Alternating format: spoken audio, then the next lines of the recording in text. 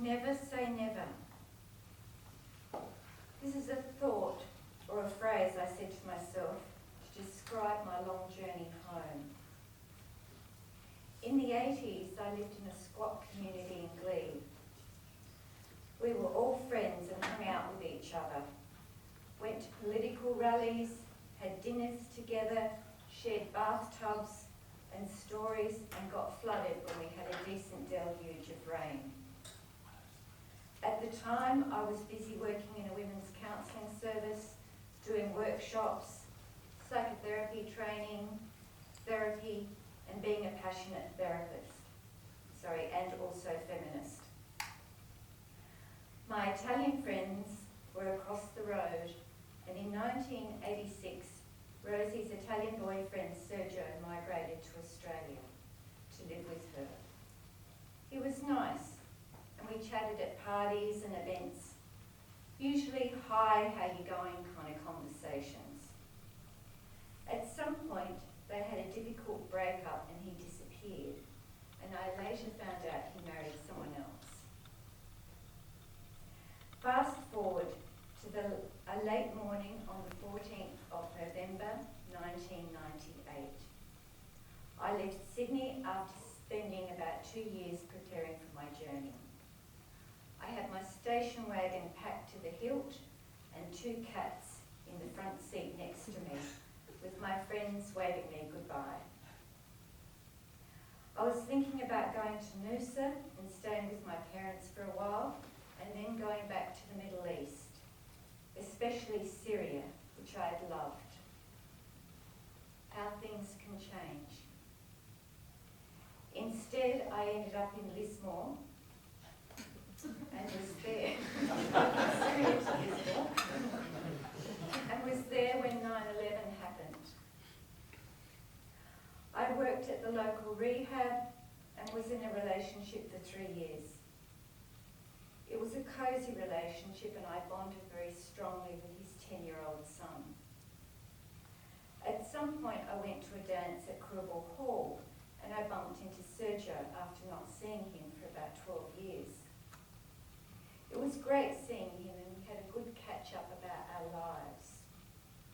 I was still with Jeff, but we were struggling with our relationship. We were good friends, but it just wasn't working. A couple of years later, I felt stuck in the relationship and passionately said out loud on my balcony, "Something in my life has to change." Within 3 weeks, I triple fractured my ankle at work and had to have surgery and also take many weeks off. Be careful what you wish for. But it was what I needed. They say that too, don't they? I had time to think about my life and what I wanted to do. A few months later, I left the relationship. It was painful, like ripping off a bandage that had kept something safe and protected. I moved in with a friend and began to find my life again. Then in steps my Italian friend Daniela, who I had not seen for years. She used to live across the road from me in the squat with Rosie and Sergio. She had married an Australian and gone back to Italy and had a couple of children. She was back on holiday and invited me to dinner at Sergio's to catch up. It was wonderful seeing them all. It all felt like family. Also nice to see where Sergio lived and get more of a sense of who he was. A few months later, we got together and fell madly, passionately in love.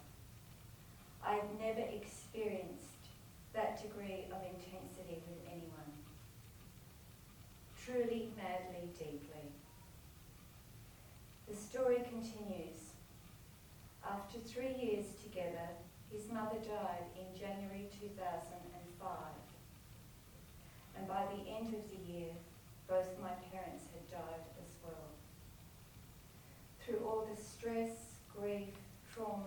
trips back to Italy for Sergio, we broke up. I lost all my anchors and was free falling for a long time.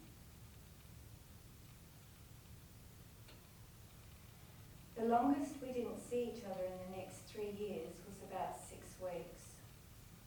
We kept trying to separate, but would call and talk and sometimes still stay over. At some point I said, "This is ridiculous." And so Sergio asked me to marry him, and I did. That was 9 years ago, and if you count our Clayton's separation, we have been together 17 years. At our wedding during the ceremony, we talked about having lived across the road from each other 24 years ago, a thing a lot of our friends didn't know. Both our ex-partners came to our wedding, and Rosie was our best woman. It was a long journey.